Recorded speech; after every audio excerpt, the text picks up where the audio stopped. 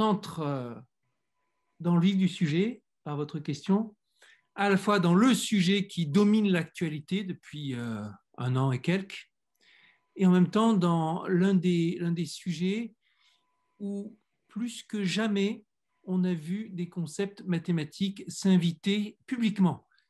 On sait, nous autres mathématiciens, qu'il y a de la mathématique derrière tout, de l'eau qui coule, des problèmes financiers, des questions de biodiversité, absolument tout ce que vous voulez.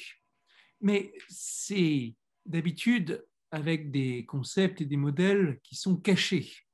Ici, bien au contraire, certains paramètres mathématiques qui sous-tendent ces questions épidémiologiques se sont invités sur la place publique. Le plus spectaculaire, certainement, étant le coefficient de reproduction de l'épidémie.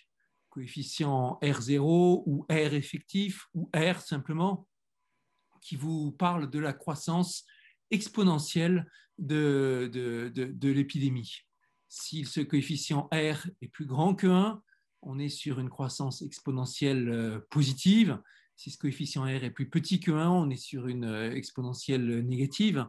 Et tout l'enjeu, justement, est d'arriver à maîtriser ce coefficient de reproduction en dessous de la valeur 1. Coefficient de reproduction, il a une définition mathématique précise, mais en termes très simples, c'est tout simplement le nombre de personnes que, en moyenne, une personne infectée va contaminer. Pour le Covid, on sait que c'est environ 3.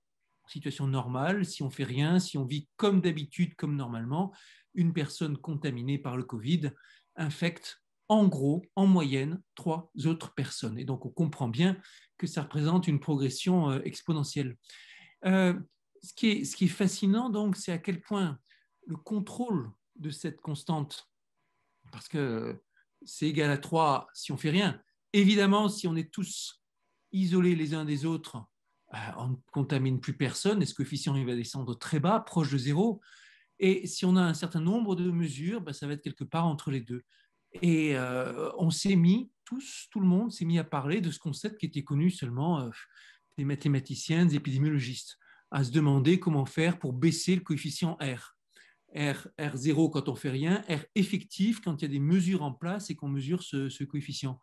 Et on s'est demandé, c'est incroyable, comment faire baisser ce paramètre mathématique, de combien font baisser les masques, de combien font baisser le fait de se laver les mains soigneusement, de combien font baisser les mesures d'isolation, etc., etc. Ça s'est même invité dans les discours du Premier ministre français, à un moment, quand il, je ne sais plus, il a parlé du R0 ou du R effectif.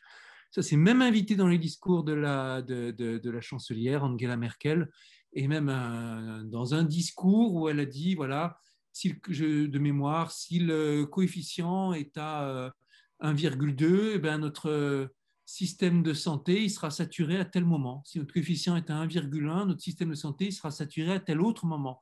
Et ça sera pire s'il est à 1,2, ça viendra plus vite ce moment que s'il est à 1,1, etc. C'est absolument fascinant. Et on voit ici que ce n'est pas juste pour faire des calculs que ça sert, ces constantes, ces coefficients, ces paramètres. C'est aussi pour avoir une intuition du problème et pour dire, voilà, telle mesure va faire beaucoup baisser le R, telle autre va le faire baisser un peu. L'objectif, c'est d'arriver à le ramener en dessous de 1, mais pas trop en dessous de 1, parce que si c'est trop en dessous de 1, ça veut dire qu'on se restreint trop, etc. Un auteur que j'admire beaucoup, Thomas Pueyo, qui s'est illustré pendant la crise du Covid avec des lettres électroniques, des lettres Internet extrêmement vues. Il a eu plus de 100 millions de vues en tout, avec un très gros impact dans le monde, traduit en des dizaines de langues, a eu cette image pour parler de la stratégie du confinement et puis de l'apprentissage par essai-erreur de ce qui convient. Le marteau et la danse. Vous vous retrouvez avec un haut coefficient R, le coup de marteau qui est le confinement. Le confinement, c'est vraiment une mesure très rude où on s'éloigne les uns des autres, on n'est plus en contagion et donc le coefficient tombe très bas. Ensuite, on relâche la bride, le coefficient va remonter et le problème, c'est de le maintenir un peu en dessous de 1, 0,9, c'est très bien. Et par essai-erreur, avec des petites montées, des petites descentes, c'est ça la danse pour être juste en dessous de 1. Ça, c'est un exemple dans lequel le comportement au cours du temps d'un paramètre mathématique était inscrit dans une opération non seulement de vulgarisation, de communication, mais aussi quelque chose qui vous permet de comprendre ce qu'on vise.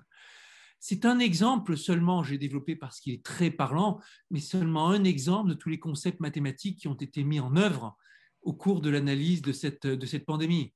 Taux d'incidence, les taux aussi de tests positifs, de combien on se fait tester, de combien de personnes demandent à se faire tester, toutes sortes de pourcentages on a regardé comment ça variait d'un département à l'autre, d'un territoire à l'autre, mais aussi on s'est mis à compter le nombre de lits de réanimation, le nombre de lits disponibles en urgence, c'est pareil, à faire la carte, à faire des indices. On s'est mis à évaluer la sensibilité des tests. Est-ce qu'ils vont effectivement détecter oui ou non la contamination? On s'est mis à détecter leur spécificité. Est-ce qu'ils détectent bien le virus qu'on veut ou le virus d'à côté? Tout ça exprimé avec des pourcentages.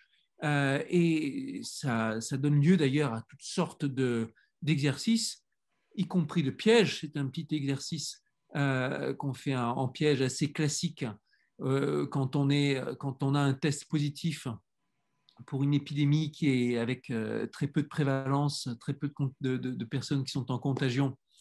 La probabilité qu'on a d'être effectivement malade, c'est pas du tout celle qu'on croirait juste en regardant la sensibilité du test, savoir quand est-ce qu'il dit vrai, quand est-ce qu'il dit faux, parce qu'il faut aussi prendre en compte le fait qu'il y a beaucoup plus de personnes en bonne santé que de personnes qui sont malades, dans l'exemple que je disais. Bref, tout ça a été matière à beaucoup de calculs et de raisonnements dans lesquels l'intuition et les calculs mathématiques se sont combinés avec les paramètres biologiques.